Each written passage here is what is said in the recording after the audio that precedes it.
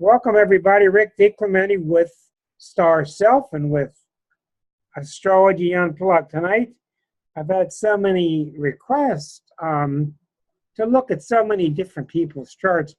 I think it's very interesting to show you different people, famous and infamous, how they get famous, how they get infamous. John is posting in the chat room. If you have any trouble with your microphone for later on, follow his instructions there. Okay, I've picked out a myriad of people from minor popularity to major popularity. This could go on forever, but I've been going over them, and I think you'll find them to be very interesting. What else happens when you study famous people is really important. You find out, like for instance, I was just studying Stephen King, and I was trying to find out, well, he must have a lot of Taurus. He write book. They come out his ears, and it wasn't Taurus. And I found out other ways in the chart that showed it, and I did his harmonics, and I saw all the Taurus. So it's interesting. You learn. This is how you learn. You don't learn reading books. You learn by doing chart after chart after chart after chart and being wrong a lot. Being wrong, right? Wrong, right? And then the rights start replacing the wrongs. So as I said to Elke earlier, she wants to do a certain South American leader. If people come to your mind, write them down, and we will compile them and try to get to them in future shows. Also, tonight, we no longer have any guinea pigs left. Was Nika left? Was Nika, you volunteer? Yeah, Nika did volunteer. So if we have time tonight, we will get to Nika's chart. We didn't do yours, did we? We did? I'm sorry. Go ahead and talk. Have we done your chart? Yes, we did it. Yes, we did it first. All right, thank you. All right. So if anybody wants that hasn't had their chart done, we'll get to you after the show. Okay, I'm going to start in no particular order with Justin Trudeau because we had a mess last week trying to get the proper birth time and birth city, etc. Matter of fact, I've been finding out great big debate now about the birther himself. We have reason to believe that the much published birth time for our president, Trump, is inaccurate. So I've been working on that one too, and he's going to be getting hit between the eyes with this first eclipse on August 7th. Okay, let's take a look at the charts, and we're going to go, there's Trudeau. Okay, now I'm going to tell you right away, Mr. Trudeau's chart is very difficult to read. I started the reading last week, and I had completely wrong information, and that egg was in my face. It's very difficult to read anybody that has a significant Saturn-Neptune. Not only that, the ascendant is at 3, Saturn is at 1, 0, 45, Neptune is at 3. This is a grand cross between ascendant, Saturn, descendant, Neptune. Saturn-Neptune combinations are one of the hardest things you'll ever find because Saturn rules what's real, physical plane. Neptune rules what's not real, what's unmanifest, what's beyond reality, vibrations, you might say. So when you see Mr. Trudeau, who has it right on his angles, Saturn's right at the midheaven, Neptune's right at the bottom. Very difficult to translate. Now, what this does say, with Saturn high in the chart, the fact that Saturn's in Gemini is secondary. When Saturn is this close to the midheaven, 3 degrees away, that's primary. The Saturn in Gemini is secondary. Why? Because this is Saturn's home. Saturn is at home at the top of the chart. Saturn rules the goat. The goat is a Capricorn. Where does the goat climb to? It climbs to the top of the mountain. When Saturn is high in the chart, it is almost always somebody with very strong managerial administrative qualities. Now, the fact that it's in Gemini is another factor. In Gemini, it means that Saturn's not that rigid. It's somewhat pliable. It somewhat weakens that Saturn, because Saturn's tough and strong, but it also makes the Saturn a little more flexible. Now you put it opposite Neptune, so what do you got going on here? And I'll tell you right away what this means, and I haven't even looked into his past life. In his past life, his chart in this life is based upon what's real, what's not real, what's real, what's not real.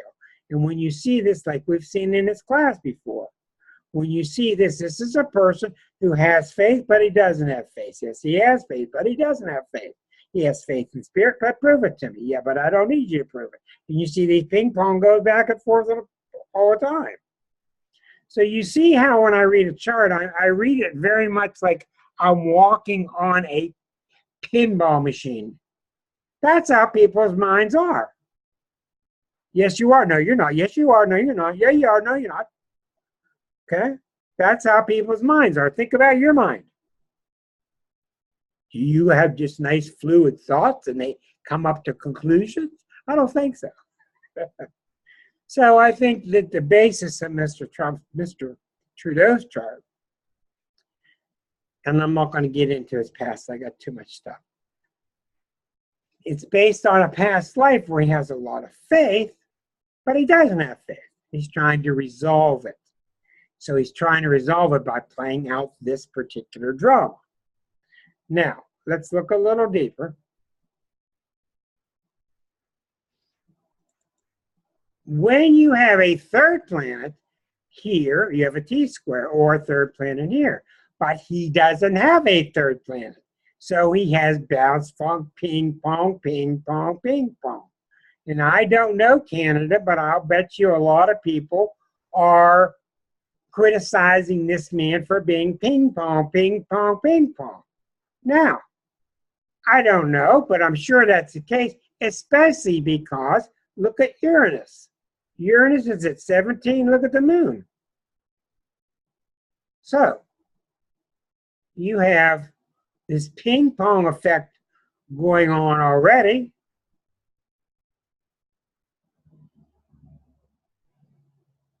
You've got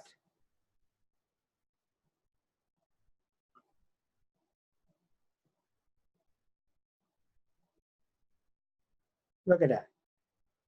17, 17. Orb is everything. Orb is everything. How close they are lined up. A moon opposite Uranus, 4 degrees, 5 degrees apart. It's problematic, but one that's 0 degrees is really problematic. What does this mean? Well, his moon's trying to be in Aries, and the moon is your seat of emotions. But Uranus is over there, and Uranus, when it's troubled, is disruptive. So he has disruptive emotions. We don't know what this means. I think what it does, since one's in Libra and one's in Aries, it makes him very poignant. It makes him very active. It makes him very go-getter, go move, go do something. But I don't think he can sit still very much. I don't think he has a lot of peace and quiet in his life. This is a very significant factor. And of course, he's raised from governmental family. So you have to investigate the beginning of this reading with this person. You have to investigate. Like Moon Uranus is very common with children who are raised in the military and have to move a lot. Dad moves, dad moves, dad moves. We have to move. The emotions are not developed smoothly. There's always chaos around the emotions. He's able to withstand it with the strong Saturn up there opposite Neptune. The Saturn being a Capricorn. The Saturn gives him a grip. He's also got the Pluto opposite Mars. Look at that. The Pluto opposite Mars makes a T-square to the Sun.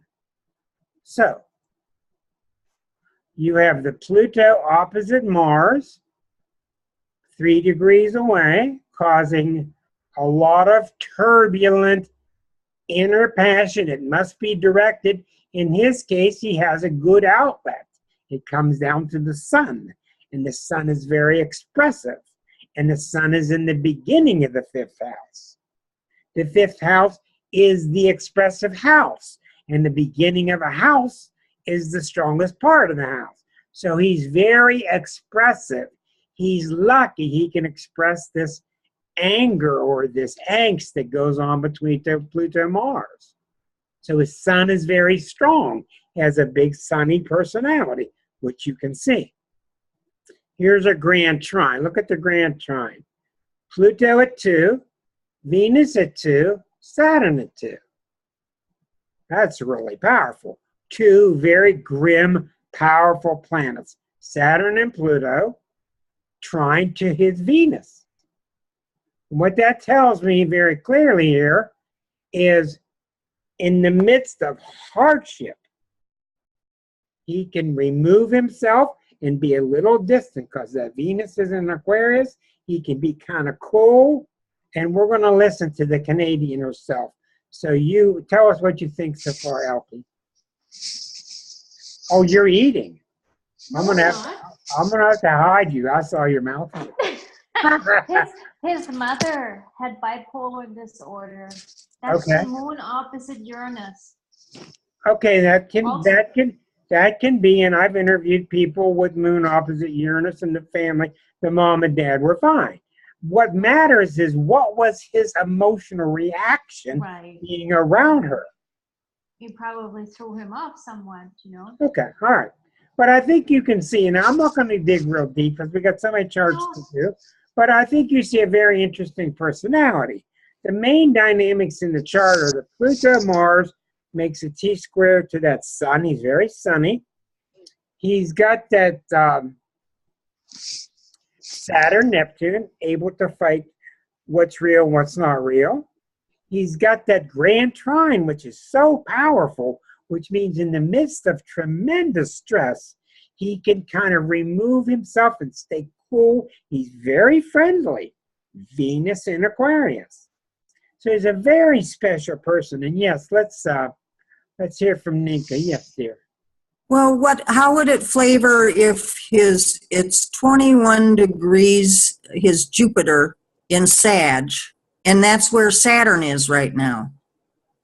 How would that flavor it? Good question here. 21 Sag. Okay. Well, whenever Saturn goes over Jupiter, and this is a very nice little thing he's got going on here. This is what kind of makes him likable, these 3 planets in Sag. The Neptune makes him sensitive. When Saturn goes over your Jupiter, okay, let's think about that. Let's do it both ways, because this is really a class about learning. It's not a class about seeing all these far out people. It's about learning. It's not A through Z, but you're going to learn each week as you pick up pieces. When your Saturn goes over your Jupiter, the Jupiter is the part of you, and his Jupiter is in Sag. So remember what I said about Jupiter. Jupiter is how you answer. This is a really beautiful answer. What is Jupiter, Rick? Well, nobody can answer. Everybody thinks it's a good luck plan. Jupiter is when your friends pull up in a van next to your house and they open the door and they say, "Get in." What do you say? That's what your Jupiter is. Mine's in Aries. I jump right in. I'm down 5 miles down the road. Where are we going? I got friends with Jupiter and Virgo. Well, I'm not sure, and we're going to get plans, and I got to bring these clothes. Let me go press some clothes. Jupiter and Taurus. Well, I'm kind of been there before. I'm not sure. So the Jupiter and Sag part of him, barring this other Saturn thing he has, is very go-getter. It's fun. Sounds like fun. Let's do it. Okay? So that part of you is used to always operating. Sounds like fun. Let's do it.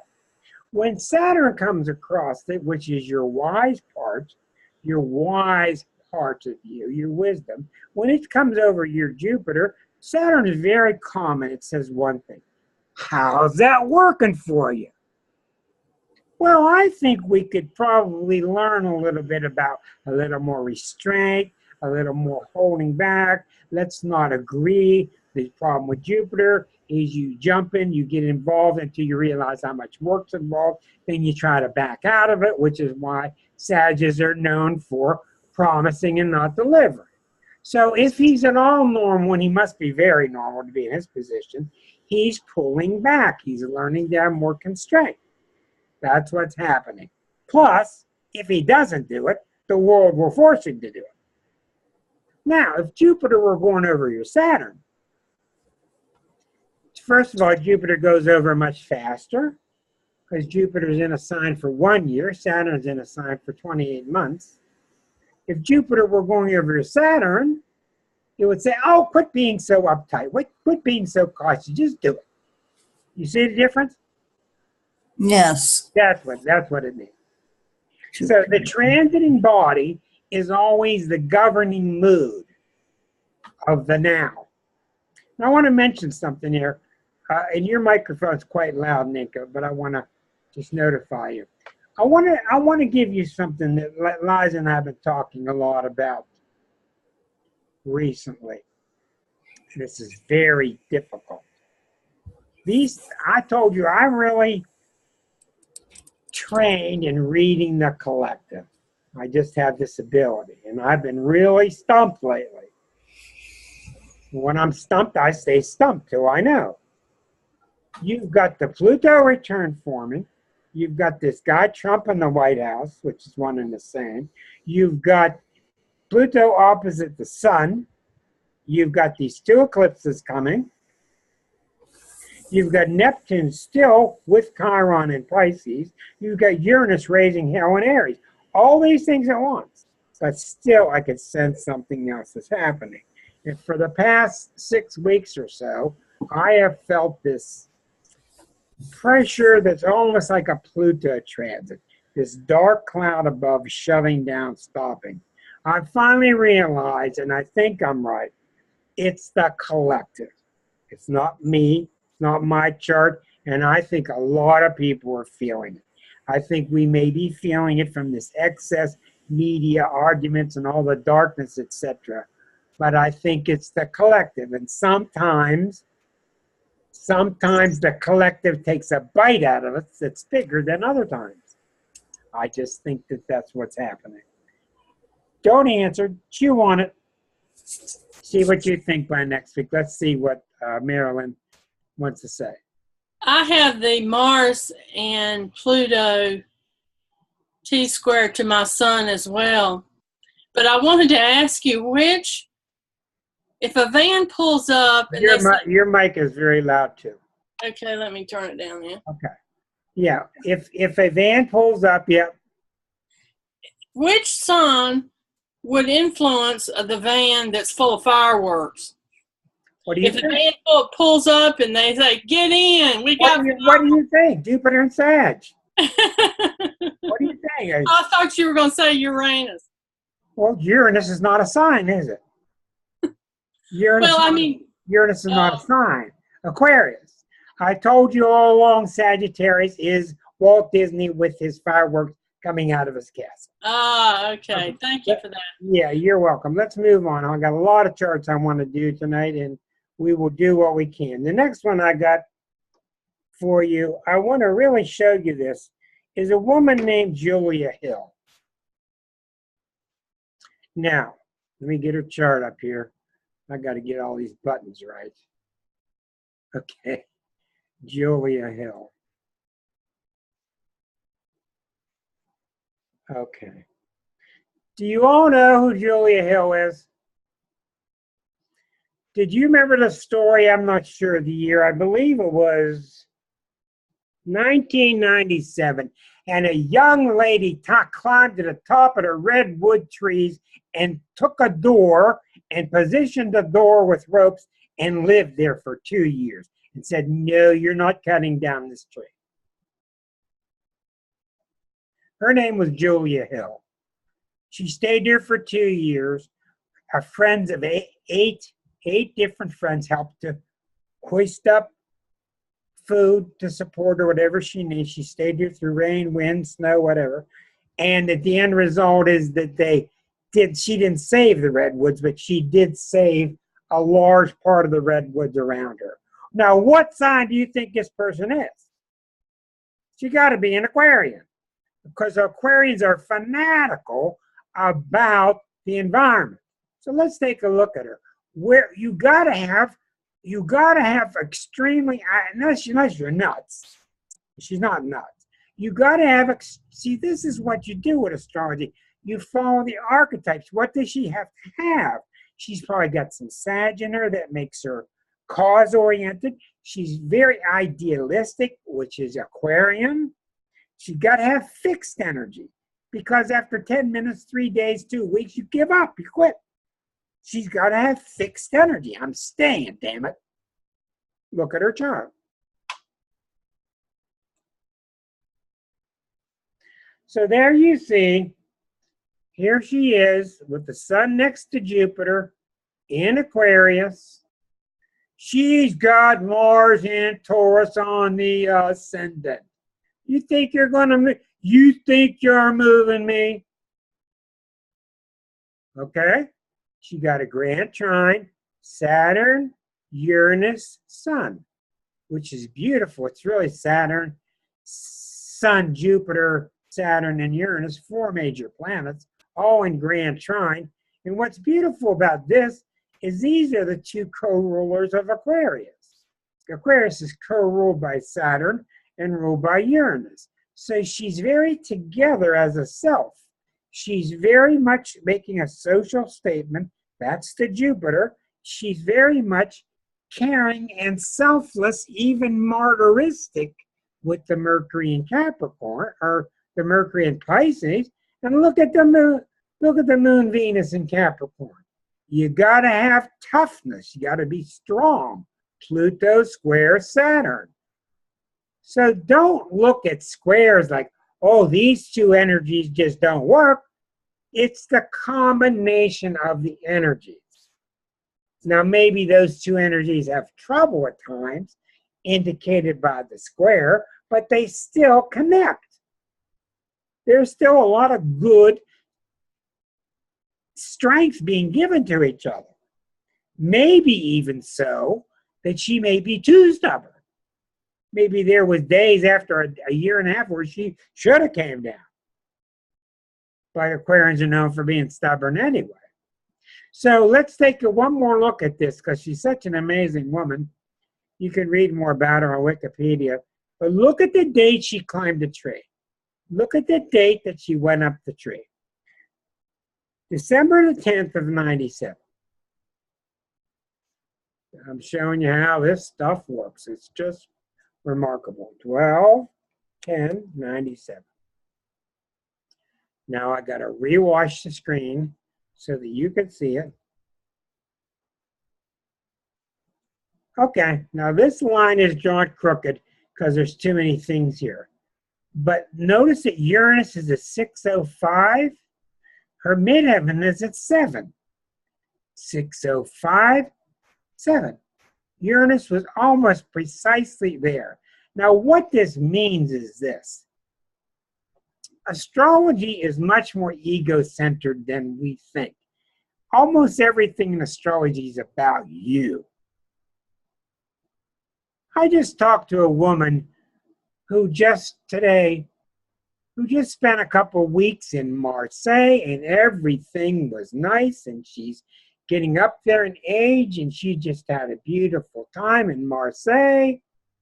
And what that really means is she's walking through a beautiful place inside of herself.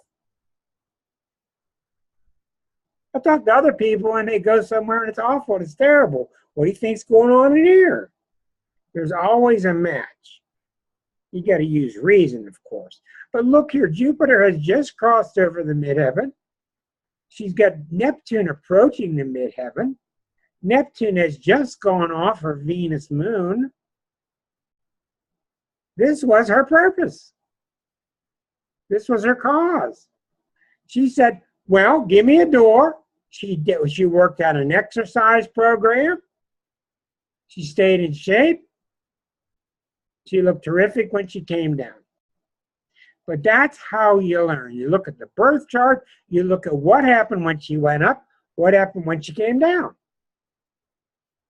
Now, if you don't want to do that kind of work, then you're just not going to learn much about astrology. Okay, so that's Miss Julia. I want to show you Stephen King. Remarkable chart. What do you think of course, scary, gory, creepy movies, which I found out are mostly fun. It's mostly for fun. But prolific. He's like, it says prolific as the Taurus Shakespeare, just putting out one after another.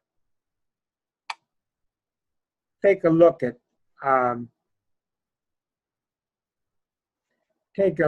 at Stephen King.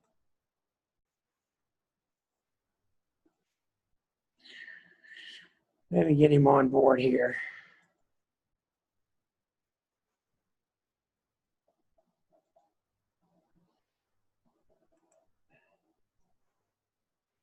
Okay, here's Stephen King, the Virgo. Now, this is a sleeper here. When you see this Neptune sitting here, you think to yourself, boy, that's not somebody that's going to work a lot. He's going to escape, maybe take a bottle with him. But look what's really going on in this chart. He's got this powerfully fixed. That's why you have to know your fixed signs. Leo, Aquarius, Taurus, Scorpio. You have to know them like the back of your hand. That's why the exquisite zodiac is written the way it is. You have to think mutable. Automatically know what are the 4 mutable signs. Cardinal. What are the 4 cardinal signs? You have to know this all at once. Look at this powerful Leo, Pluto, Saturn. And if you know anything about Leo energy, these people have to create. They're nuts about it. The world is burning. I got to create. They are ruled by the sun. They have to create. There's a selfishness about it. There's also another part that's not selfish, just a universal function. But look at that Saturn-Pluto, which is so strong. The midpoint is 16, and over here is the moon at 16. This moon is exactly trine to the midpoint here. This moon in Sag, which is fun. Fun outlet. When have you seen his face before? He's got this grin on his face. He's having fun. But more importantly, when you have marvelous, powerful people like Lincoln, Jefferson, very powerful people, the whole chart's in sync. And look what this chart does. The midpoint, 16, 16 comes out at 15 to his Mercury. Mercury's his mind. Mercury is the traditional ruler of Virgo. Mercury is what makes you want to write stories. It makes you want to try varieties of things. So this construct of Pluto, Saturn to the moon, the midpoint, all the energy is coming out to the Mercury, and the Mercury's already next to Neptune, giving him tremendous imagination. Now we got to dig a little deeper to find out why is it always creepy stuff. But we see why he's so prolific. The Chiron in Scorpio is one reason it's creepy. That's for sure. The Jupiter in Scorpio also, I think, if you had to pick a sign that matched the types of works he does, it's certainly Scorpionic. Maybe then Uranian. The Mars is in Cancer, and I don't think that's exceptionally significant. You have the Uranus in Gemini, which causes him to try new things and keep up with inventions and new trends, and it's square to the sun. It's square to that very sun, which is the source of creativity. So just for the heck of it, I said, what happens if I do his third harmonic? Harmonics are related to the number. The third harmonic for everybody shows, in a sense, your writing skills. Watch what happens when we look at his third harmonic.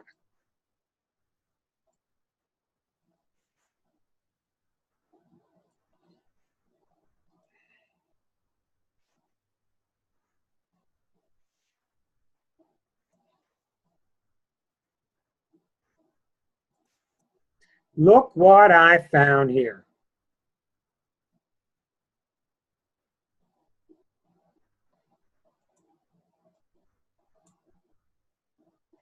Three planets in Taurus.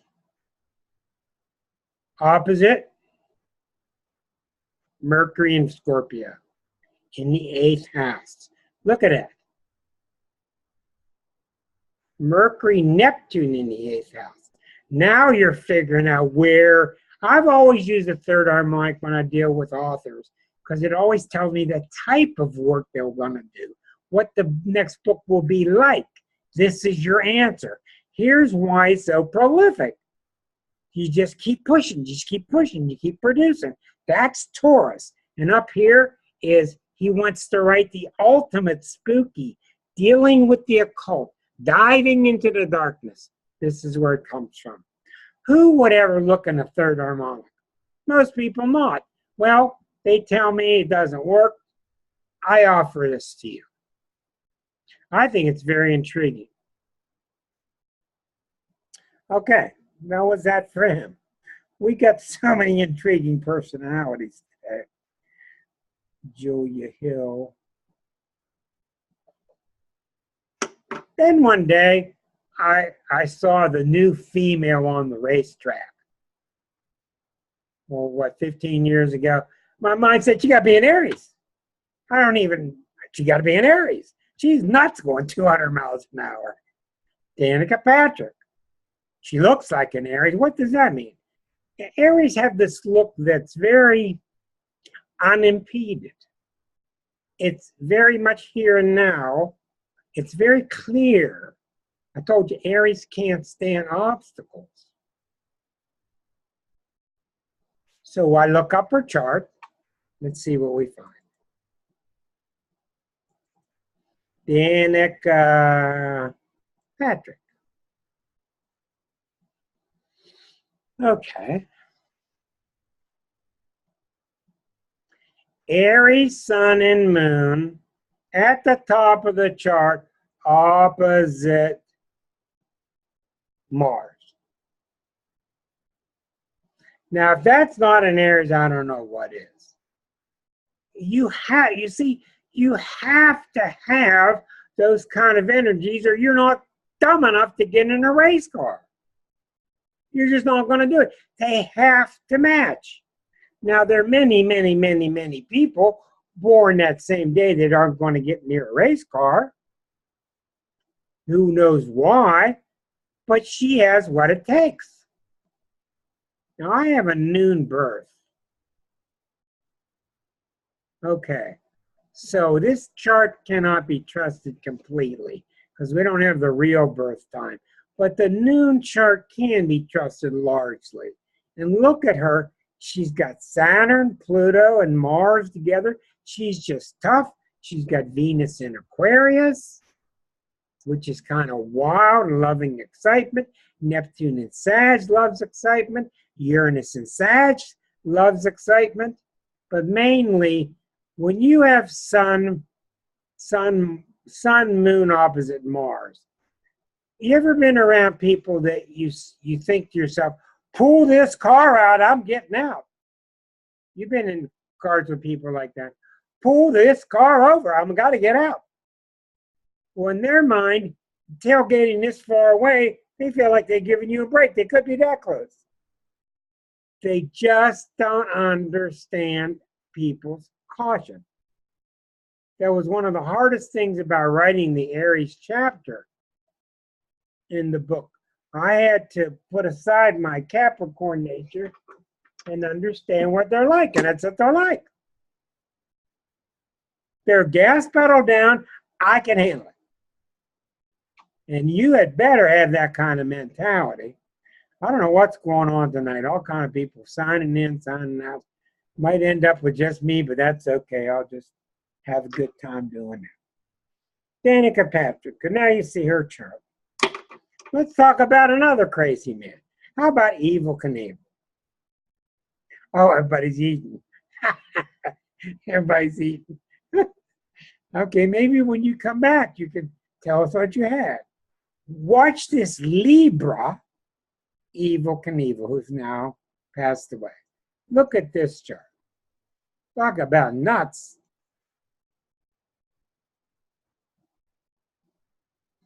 I was reading an article about him. He enjoyed the freedom of knowing he was going to crash, watching himself above the ground about to hit, and knowing that there was nothing he could do. And he found absolute freedom in that. Well, good for you, buddy. You don't find Libras out there doing this. Libras are very competitive, yes, but they're not jumping cars and cliffs and all of that. So where's it come from? All right, let's take a look at all his goody stuff, all right? All right. You've got the sun very high in the chart. He wants to be noticed. You've got the moon in Leo along with Pluto. Wants to be noticed. Mars, Neptune in Virgo means when Mars or Venus are next to Neptune, they do not understand limitation. They don't understand it. And when it's in Virgo, I can do anything I want. I've got Mars, Neptune, same degree in Libra, which means I can think anything I want, which helps me and hurts me. But Mars, Neptune people, you got to watch out what sign it's in. So even though it's Mars, Neptune, it's in Virgo, and don't you think this guy went off half-cocked? He planned everything he did to the nth degree, being in Virgo. But whatever happened, you know, was it the Uranus trine to it? Was it the Uranus trine to the Mars, Neptune? This is certainly why he survived so many where he broke all his bones. Ended up, I think, dying of complications from diabetes. Look at the Saturn in Aries. Look at the Jupiter in Aquarius. Look at Aquarius rising. Venus in Sag. He had just about everything you could think of pointing to go. Put the gas pedal down. About the only thing that's not that way is this Chiron in Cancer. I've got everything else circled.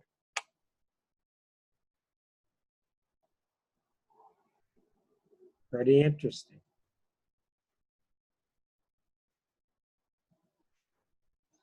Okay, we're going to go through all kind of wild people. Here's a really fascinating one that I really enjoy studying. First rock concert I ever went to. 1965, James Brown. I'm 13 years old, and I can't figure out why the women are passing out.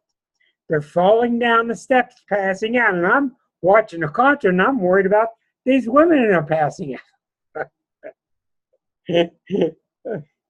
Why are these women passing out? Because they're putting a cape on him and they're dragging him off the stage. And no, I got to. You know what he was like. Unbelievable. Where do you think that power comes from? Yeah, he was a jerk, but he was powerful. Powerhouse. Look at this chart.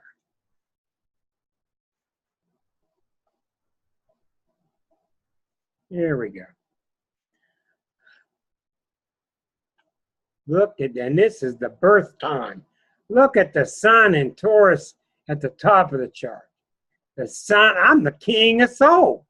And we talk about Taurus being so earthy, sensuous. I mean, he grunted, right?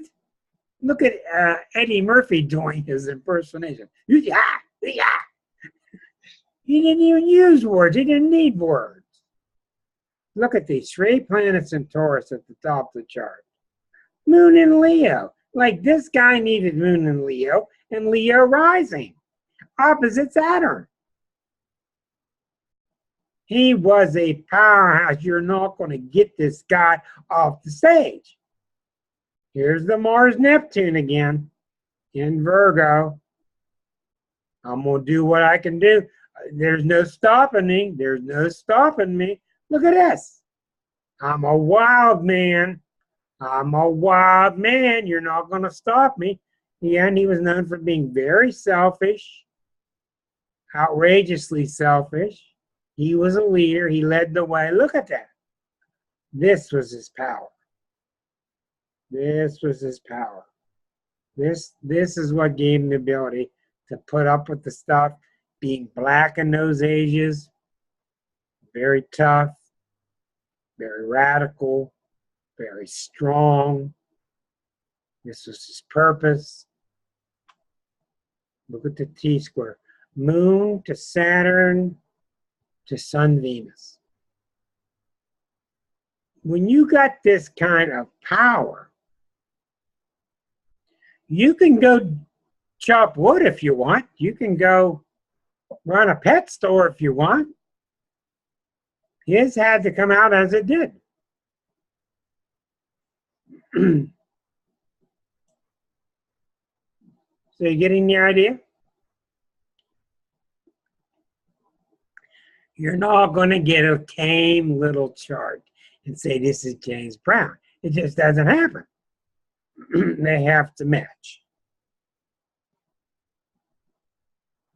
All right, now let's shift to a female. Let's shift to another tough female, known for being very tough. Margaret Thatcher. Makes you want to get up and move. Exactly. He was the sex machine. You got to get up and move. He was absolutely addicting and compelling. He lifted up a whole race. It happened right around the time of the 68 Olympics with the Black Power, and you had the 64 civil rights, you know, all at one time. He came aboard that Uranus-Pluto conjunction that brought the British and the American Revolution in music. 1965, when Uranus and Pluto conjuncted in October. That was building from 60 all the way to 65, all the way to 71. That power, that's what you saw. That Uranus and Pluto is what you saw in the body of those young females at the Beatles concert.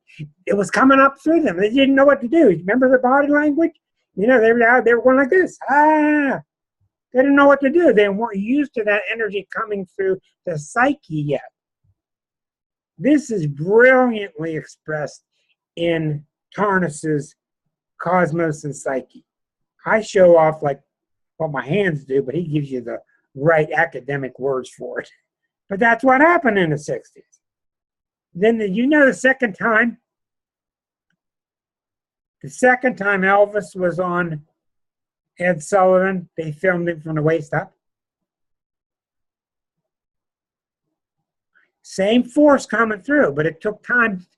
It took time till it just became unbelievably, you couldn't repress it anymore. But they thought if they filmed Elvis from here up, he'd be all right. But it came through.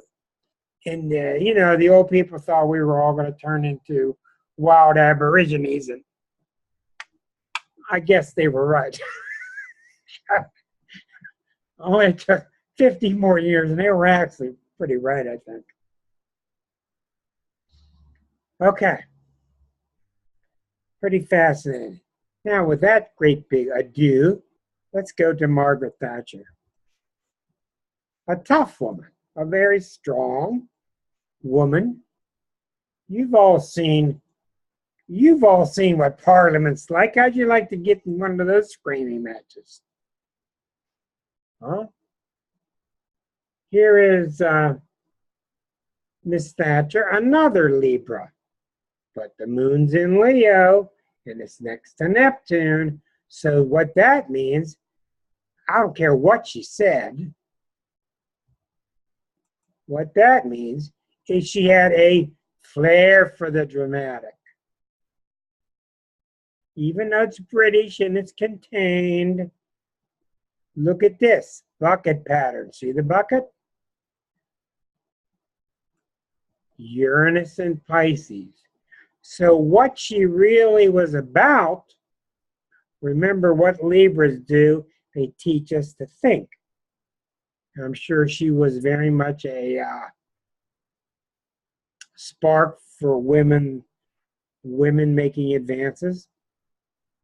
But this is about individualism, and this is in Pisces. So even though she was a Libra, this was about trying to bring people into the modern age. Look at this. Look how strong that is.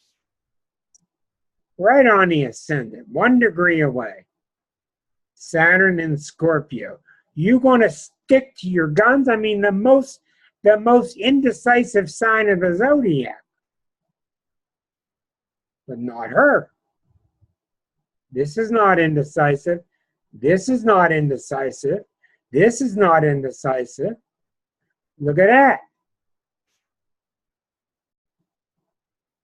She had the sun opposite Chiron in Aries. And if I notice anything about Chiron and Aries, they have a tendency to be pretty selfish. They have a tendency to be strong-willed and or a little bit selfish, but they have a strong sense of self and survival. And I'll tell you something from the books you read, etc.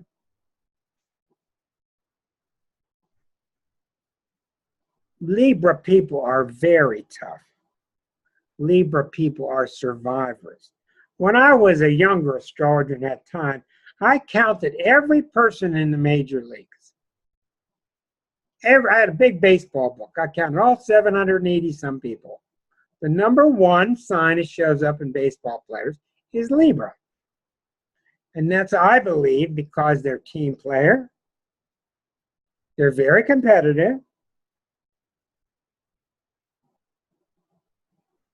They're very charming. They really like competition. They like debate, but they don't call it arguing. But they're very intense people, and they're winners. Look at the spirit Brett Favre had. He wouldn't sit down. So he's all beat up badly, age 42, Brett Favre. So keep your studying, but always have a great big salt shaker right next to you, huh, Elkie?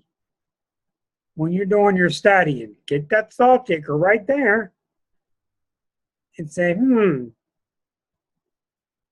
I like what you're saying. I'll keep it in mind. But don't even listen to me. Do your own research. Thatcher was pretty tough.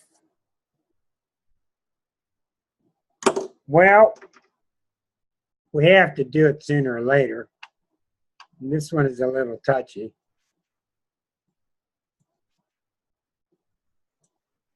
But we need to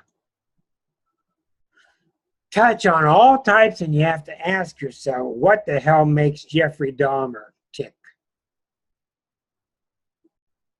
Now we're going to talk about Gemini, and I'm going to choose my words very carefully. Gemini can be a very perverted sign. Lord knows the great majority are fine. There's no problem. They're kind of curious and childlike. It does not take a lot in a Gemini's chart to push them towards perversion. Now, this guy was the absolute extreme. What causes that is because Gemini is, why not? Why not? Let's try this. Why not? I mean, we're not really talking usually about cannibalism. This kid was brought up with a fascination with death. His dad didn't help anything. His dad helped him study dead bodies. His dad thought he was trying to further educate him. He was killing young animals when he was very young, etc. But anyhow, the Gemini is the main reason why, but by itself, it's not. So if you're a Gemini, don't worry about getting that twisted, because you won't. You have to have the rest of the chart be there. And look what we have here. We have Pluto opposite Chiron, which is very close, 2 degrees, T-square right to the sun, and Mercury. So this Pluto-Mercury is extremely suspect here. He's fascinated with death. This person might end up in a morgue. He might end up working with hospice. There are many different sides to it. But what pushed him to that edge, who knows? So the reason that Gemini opens the doorway to it is this, and this has got to be said very delicately. This is very true, and the same is true somewhat for Sag, but not nearly as much as Gemini. To Gemini, one thing is as important as another. You take things lightly that are serious, you take things seriously that are really light. That's very Geminian. It's the trickster, which you see with Bob Dylan, and you see with this guy called the president. He's the ultimate trickster. But what Gemini is really about is exploring. Why not? Everything's open. Let's explore. Why not do this? Why not do this? Why not do that? Why not do that? But somebody asked me once in here, is it the most common thing with serial killers, which I study heavily, is it the most common to see Sag energy? It's pretty common. It's pretty common with Gemini also. But what's common in the chart of serial killers is their heart is cut off. Sometimes they're moon in Pisces. Sometimes they're so sensitive, which means they suffer 10 times what other people suffer when they're ignored. A lot of really miserable, horrible people on this planet have moon in Pisces. And the moon in Pisces gets overwhelmed by the tough other stuff in the chart. So it's not the Gemini that made him perverted, but the Gemini sure didn't stop the perversion that was there. One thing led to another, led to another, led to another. Let's take another look in this chart. Now, do you remember when I was talking about having a troubled moon? Look at that moon. It's right on the ascendant, right on the descendant. Okay?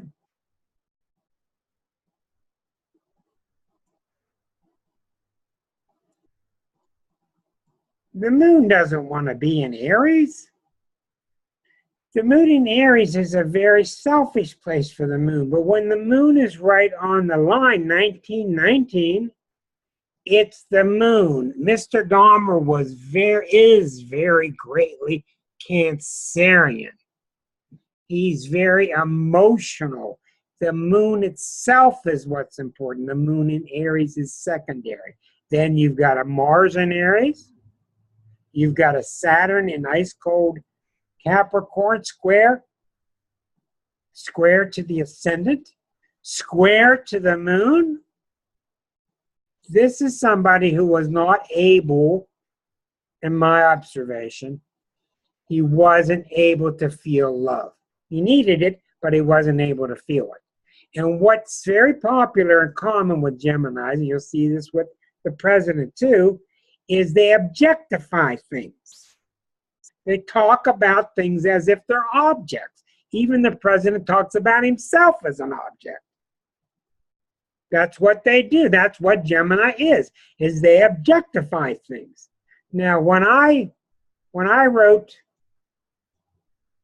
The Exquisite Zodiac, one of my great motivations was to find out more about Gemini. I had a Gemini mother, and sometimes I walk in the door, she'd be Gemini 1, and I go in the door next time, she'd be Gemini 2, and I couldn't figure out what's going on here. And I really spent time, Elke, I spent time talking to people all around the country. Why are Geminis 2 people? Well, they got 2 moons. Well, they got 2 sides. All right, why? I could not get an answer from anybody. I read every book I could find on it. And here's what I think. And I think I'm close, but I really feel I understand the 11 signs. And Gemini, I might be a little shy on it yet because it's so difficult. Try to explain Bob Dylan. Try to explain it. I think this is why. Aries is about fire. Taurus is about earth. Explains almost everything about him. Gemini is about ideas. Cancer is about feeling. And Liza made me realize in the latter days of writing the book that Gemini is really about ideas. Well, the mind thinks and it communicates. That's what Gemini does. But it doesn't feel yet. Now, that doesn't mean Aries don't feel and Taurus don't feel. If you were all Aries, you wouldn't feel, but you get feelings from other parts of your chart. It's not your mainstay. When you're objective about something, eventually you become so close to the subject that you can't objectify it anymore, and you have to fuse with it, and therefore the birth of subjectivity. Then they run. Then they get close, then they run. Then they get close, and then they run. That's why Gemini's the twins. They objectify, they start to subjectify, they get scared because they're not ready, and they run away. Same thing happens with Sag. If you'll notice with Sag people are usually not real warm. They're usually fun, they're very friendly. In the heat of the moment, they're fun, but they are usually not warm and fuzzy for the same reason. They have this escapability, this aversion that Gemini has. We're always a lot like the sign opposite us. Always a lot like it, but yet we're different. So I think what happened with Dahmer, he got really stuck in this thing about objectifying you. And you could see in his eyes that what he did to these things around him were just like interesting studies. And this is why one of the absolute most common truths in astrology is Gemini people will use the word interesting in almost every sentence. And that's really telling. Other people don't do it. Interesting, my girl just came up. What does it say about you if everything you see is interesting? It means that you're looking at it through a glass. It means it's out there and you're interesting and you're comparing one to another. So I think with Dahmer, that's one of the things that happened with him. And then I think clearly when you saw the moon was so torn up by the Saturn and Capricorn square to it that he went off into more and more perversion. So I can cite so many conditions, but I will tell you this. Even 1 or 2 planets in Gemini raises my eyebrows. When I'm looking at a chart, 1 or 2 planets in Gemini will raise my eyebrows, and I will start to look deeper to see if any of these symptoms are occurring. Now let's stop there for a minute, and I want to make sure I make people understand clearly that Geminis can be as absolutely fabulous and wonderful as everybody else. But this is the shadow side of it. And with him, you would not have seen it without the Pluto, without the Saturn, without the bruised up, beat up moon. Yeah, hold on 1 second. I got a note here.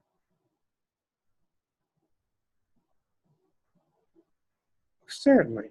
Okay, I'm trying to get Ryan, but Yeah, it's not a problem. I'll just say you'll be there whether Ryan is. I'll be there at 11:30. Okay, so I'm sorry for the interruption. Yeah, that's not a problem. Okay, more dealing with the house stuff. Okay. Let's go from a real bad guy to a really intriguing guy who was unbelievably lunar, and his name is Nikola Tesla. And secondarily, I want to show you why. Why did Tesla stay asleep for so long? Now he's the rage. Everybody's talking about Tesla. Your chart lives on. Your chart lives on after you. You don't die. Your chart is a permanent statement of a moment in time. Nikola Tesla.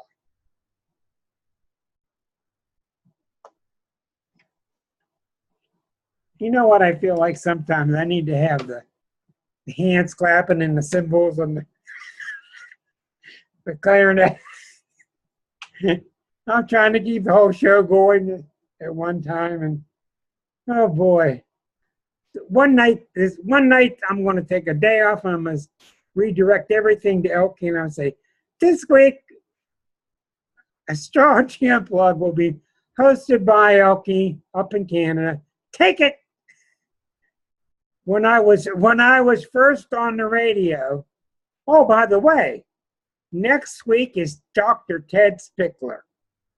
Ted and I have been friends since 1975. He will be your guest next Thursday night. You can look up Ted Spickler, Spickler, Spickler. You can watch his little video on YouTube. He's just got a new book out about tacit learning. He'll be talking to his wonderfully charming, brilliant physicist. We've been friends for 42 years. When I had my own show in '82, he was my first guest. He was a UFO inspector. He was a ghost inspector for the state of West Virginia.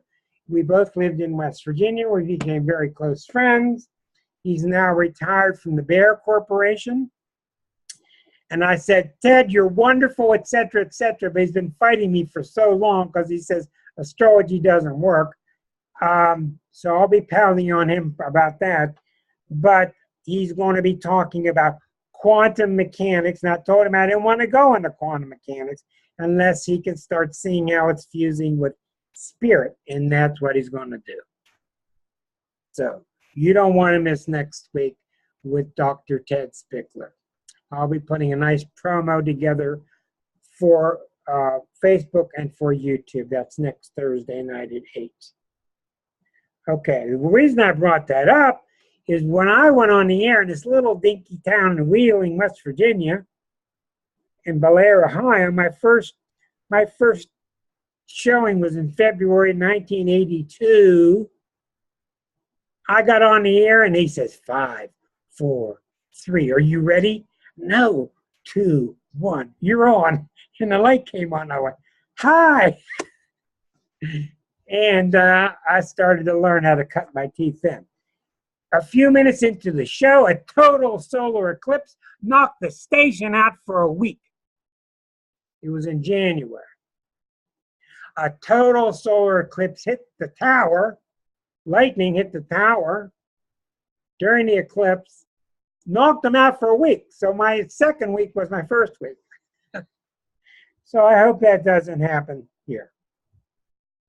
Next week, Ted Spickler talking about quantum mechanics, his book on tacit learning, and taking your questions, and I suspect we'll go more than an hour and a half. Fascinating and brilliant about quantum mechanics and mixing with spirit. Okay, here is the chart of Nikola Tesla. I want to tell you some things about him. I just read the joy of reading his life story. And I think it was Marilyn here that was talking about it, or maybe it was Karen. Put the person's chart next to you that you're reading. If you're reading their life story, put the chart next to you. And when you see this happen in 1970, put the outer planets on the chart. You'll see why they did what they did. Okay, look at Tesla. Boom. Your eyeball goes right there, right away. Okay, nobody would ever think he was a Cancer, but he was. There's the Cancer sun, Venus. Very, very, very sensitive. Look at the T-square. Jupiter opposite the moon. T-square down to Saturn in Cancer. This guy was this close to figuring out in 1910 how to make electricity travel with no wires. He was so far ahead of his time, so brilliant. And I don't think everything is in this chart. I think the Chiron in Aquarius is extremely strong in this chart. Do you know what he used to do? For fun, he didn't date. He didn't go out. He wasn't gay. He just was very Cancerian, very tender and very sensitive. He was addicted to his work. That's all he did. He didn't even care about money. And of course, he was in tremendous competition with Einstein or Edison, who was so greedy and trying to suck up all the inventions, get him in his name and all. He did AC, and Edison was promoting DC. Of course, AC won out.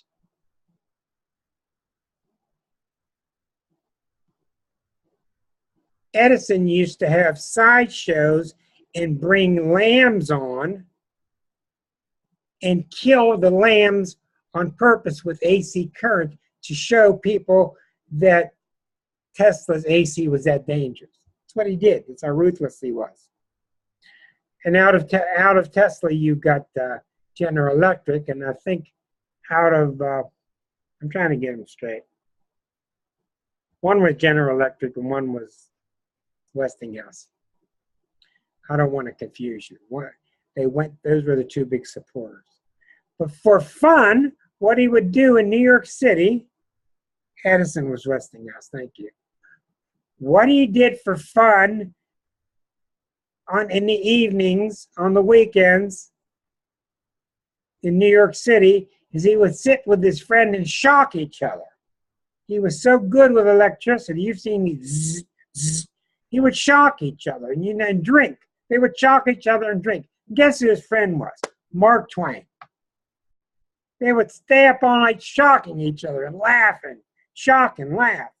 So what ended up happening is he ended up getting screwed out of tons and tons of inventions and patents, and he had patrons that supported him for a while, and then after a while, you'll see in his chart, he became too much pie in the sky. He became not delivering on his big promises, and people had given him millions, and he just was not self-marketing. He didn't care. He wanted to give this to people, while Edison was all about profiting. So you can see in his chart at the natal position that he's just a very kind soul. He's just very kind, and he wanted to be family with people, and he was not a profiteer. He was into what's so fascinating here. He was into Taurus is always the critical element, like with Einstein. Einstein had a T-square to Pluto in Taurus when he split the atom. This guy's got Pluto in Taurus rising. And when you have that, you have an essential, phenomenal interest in digging deep into the elements of the earth, what makes things tick, etc. He could just see these things in his mind. And you can see that what hurt him in the end was the Jupiter opposition to the moon and the Jupiter opposition to Mars and the T-squared to Venus. It just didn't follow through. And after a while, these people kept saying, don't bug me anymore. I can't give you any more money. He died a penniless man. He died a penniless pauper. Now, we have to ask one final question. Of course, he's got his cars now. What's going on in this chart that's brought him to popularity? Why is he a big name now? Why are people saying he's as big or bigger than Edison? He's become an equivalent in the scientific books. Well, you've just had Jupiter go through Cancer recently. You've just had Pluto right here. You can see Pluto sitting at 17. Pluto is crossing his midheaven. So Pluto's been crossing his midheaven the last the last 2 years very strongly. And the midheaven is your public persona. It's your position in the world. So largely it's because Pluto got to that position. So the guy was so magnificent, but mainly because of the Pluto placement on the ascendant. Did you ever see his picture? I mean, he looks like a skull. And that's not uncommon with Scorpio types. Scorpio types can be very normal looking. They can be very ashen looking. They can be very skull looking. You can see the skull through the fibers, through the muscles.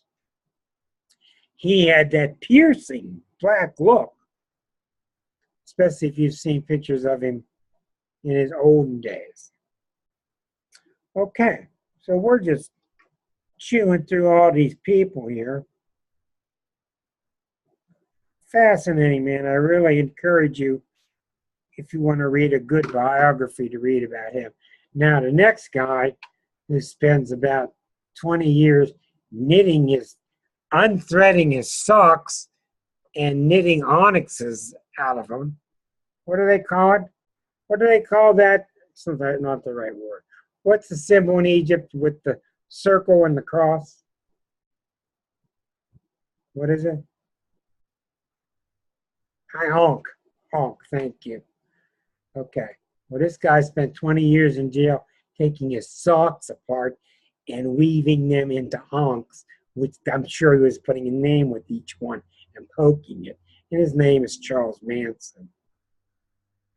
Get ready for this chart.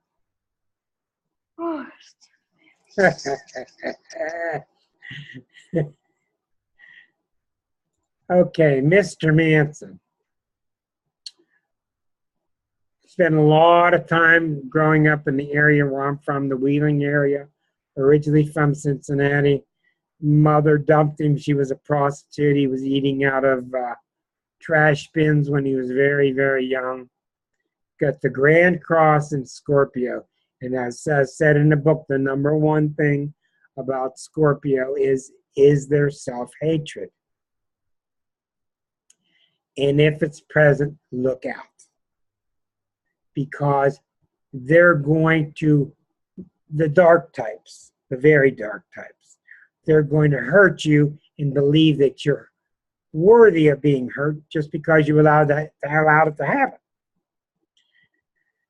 So here you see this absolutely fanatical mind here with the Mercury next to Jupiter in Scorpio and Uranus over there in Aries saying anything goes. This is crazy right here. This is crazy. And if you've got this, you've got to have something in your chart to calm it down. And we don't really want it to make a T-square to the moon and Pluto. Woo! The moon and Pluto and Saturn in Aquarius. Moon, Pluto, Mercury, Jupiter, Uranus.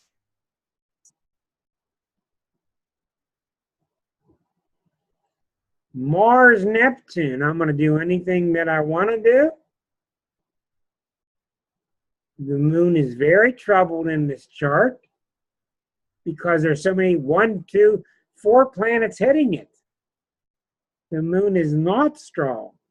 I'm sure he did have what the people said made him mesmerizing. You have a statement, Marilyn? Go ahead. Could you enlarge the chart? I can't see it because it's not in the large. I'm so sorry. My fault. Thank you. Yeah, when you're seeing that other chart, that's a preview. Here's the chart. I apologize. Take a moment there. Yeah, it wasn't on the screen. If you could back up a little bit, that'd be great. Give it to us again. You can't see it? I can see it now, but I couldn't see it before. Before, I needed to repaint it, and I forgot to. Here's that moon opposite Pluto. Here's that Mercury, Jupiter opposite Uranus, which is a really dangerous, just saying stuff to people, cutting things and not worrying about it, just cutting. And you have to have something else in the chart to calm it down. Chiron and Gemini is not going to calm it down.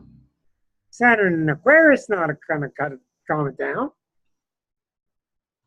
So I will guarantee you, when he had these women do what they did, and a man, I think it was one or two men, did the murders, helter skelter. He used them like pawns. And he was out, and unfortunately the shadow side of Scorpio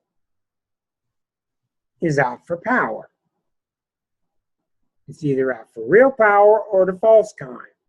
And we see what happened with him. A very frightening chart.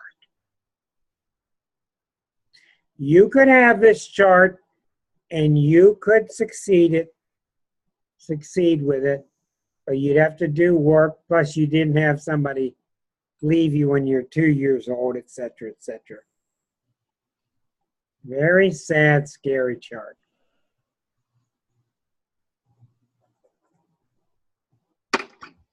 Well, while we're on that subject, let's talk about a sane politician. Let's talk about a real sane politician named Michelle Bachmann.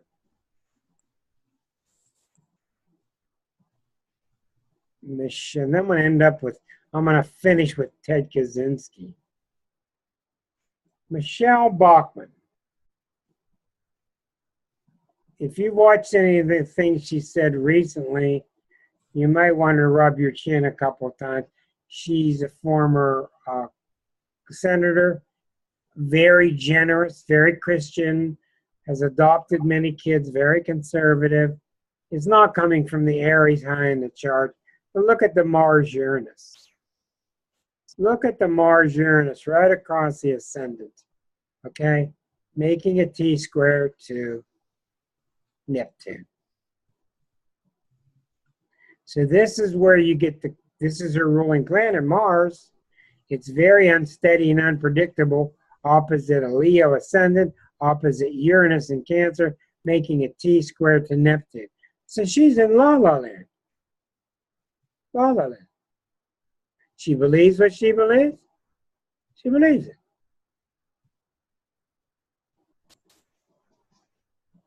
Venus opposite Saturn is so unbelievably common, I can't believe it. I see Venus, Saturn so much. Venus square Saturn, Venus conjunct Saturn, Venus opposite Saturn. But it's usually a person who doesn't have the easiest time being happy. But this is a very, very unstable triangle here. And only people with the most firm, sound, disciplined mind can handle this kind of Neptune. If not, it's just like crazy ideas keep pouring into the Neptune. Just crazy ideas. And with Aries, what do Aries do when they get crazy ideas or when they get under tension? What is very common for Aries, not always, is they project it outward. The problem's out there. The problem's with the liberals. It's not with me. Thank you. You've been very, very kind to be patient tonight. But since I started watching his show Tuesday night on Showtime, there's a new 8-part series on the Unabomber. And I want to show you what I found, which was so intriguing because it's about the profiler who profiled him up against all the other profilers that said he was stupid and unemployed and not educated. Kaczynski was brilliant, actually, a genius. Let's see what went wrong with the Unabomber. This is the final chart of the evening. Okay, one more time we repaint the screen. So you'll see where the genius is. 5 planets in Gemini. Well, what happens with a chart like this is early signs of the zodiac in most cases. Look at the orb. 0, 0, 1. Most early signs of the zodiac do not have the ability to channel such powerful energy, such as Uranus and Saturn, because the sun sign is not strong enough to do so, unless it's trying to Saturn, other factors get involved. And look at what's happening here. Neptune is trining these three planets. This guy was a genius, and he thought it was heaven sent. And I can guarantee you